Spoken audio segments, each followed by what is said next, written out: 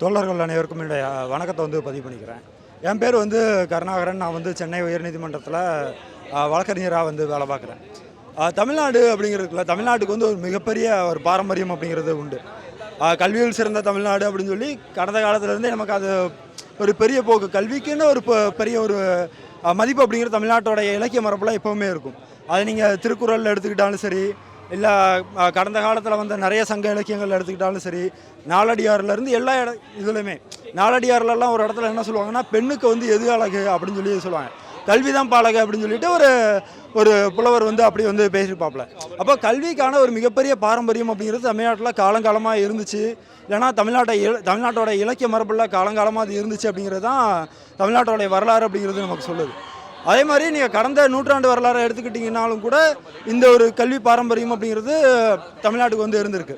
ஒரு காலகட்டத்தில் நிறைய பேர் அதாவது குறிப்பாக மனுசாஸ்திரத்தில் என்ன சொல்லியிருப்பாங்க அப்படின்னா, இந்த சாதியை சேர்ந்தவங்க தான் படிக்கணும், குறிப்பாக ஆண்கள் மட்டும்தான் படிக்கணும் அப்படிங்கிற ஒரு பேச்சு அப்படிங்கிறது ஒரு ஒரு ஒரு ஸ்டான்ஸ் அப்படிங்கிறது மனுசாஸ்திரத்தில் இருந்துச்சு.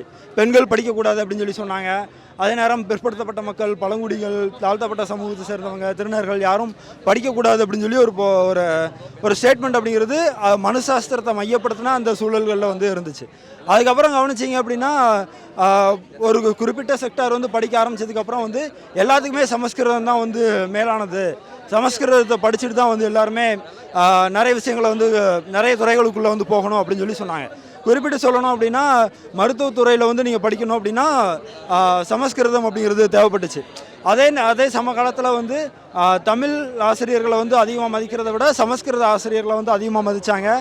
இப்படிலாம் போக்கு இருந்துச்சு. இந்த மரபுலாம் இருக்குல்ல, அதாவது யாரெல்லாம் படிக்கக்கூடாது அப்படின்னு சொல்லி மனுசாஸ்திரம் சொன்னிச்சோ, யாரெல்லாம் நல்லா இருக்கக்கூடாது அப்படின்னு சொல்லி இங்கே இருக்கக்கூடிய பிராமணிக்கல் ஐடியாலஜி சொன்னிச்சோ, அதை எல்லாமே இங்கே இருக்கக்கூடிய நிறைய சீர்திருத்தவாதிகள், தலைவர்கள், மாவீரர்கள் எதிர்த்து சண்டை போட்டு தான் இந்த மரபை அதாவது இன்றைக்கி இருக்கக்கூடிய நம்மளை உருவாக்கி விட்டுருக்காங்க. குறிப்பிட்டு சொல்லணும் அப்படின்னா, அன்னைக்கு தந்தை பெரியார் அவர்களாகட்டும், அதே நேரம் மாமேதை அண்ணல் அம்பேத்கர் அவர்களாகட்டும், இன்னும் பேரே தெரியாத எத்தனையோ சமூக சீர்திருத்தவாதிகள் தங்களுக்கு இருக்கக்கூடிய அந்த சமூக உணர்வை வச்சுக்கிட்டு, தங்களுக்கு இருக்கக்கூடிய அந்த கல்வி புலமையை வச்சுக்கிட்டு, ஒரு பக்கம் காட்டுமிராண்டித்தனமான இந்த பிராமணிக்கல் ஐடியாலஜியை எதிர்த்தும், அதே நேரம் இன்னொரு பக்கம் அன்னைக்கு இருந்த நிறைய சமூக சூழல்களை எதிர்த்தும் நமக்கு ஆதரவாக அவங்க சண்டை போட்டாங்க.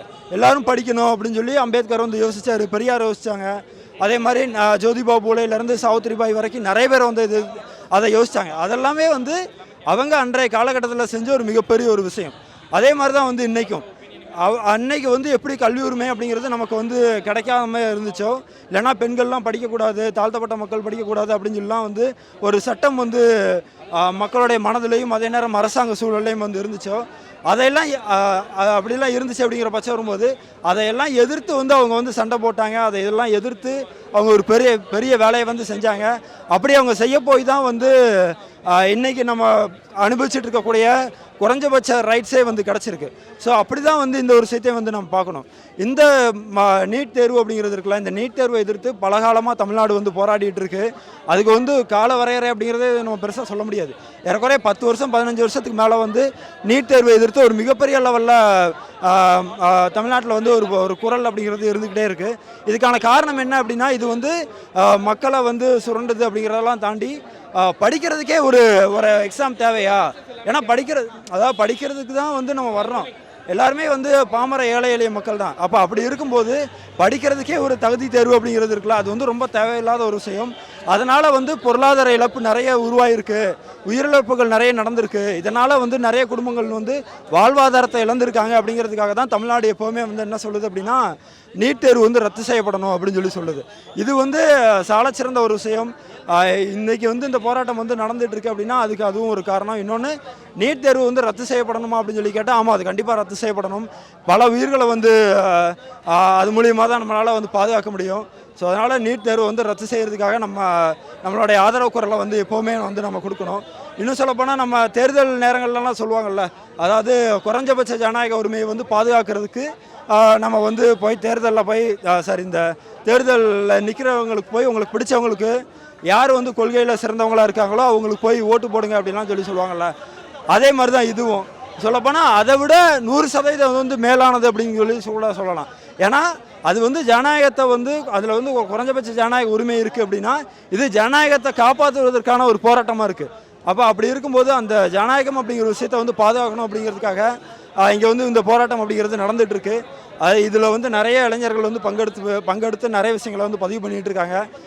இவங்களுக்கு வந்து ஆதரவு செலுத்துகிற விதமாகவும் அதே நேரம் இதுக்கு வந்து ஆதரவளிக்கிற விதமாக நிறைய பேர் வந்துட்டுருக்காங்க. அப்படி இருக்கும்போது நீங்களும் வந்து முடிஞ்ச அளவுக்கு வாங்க, நீட் தேர்வை எதிர்த்து வந்து சண்டை போடுங்க. ஏன்னா இதனால் பாதிக்கப்படக்கூடியது நம்மளுடைய மக்கள் தான்.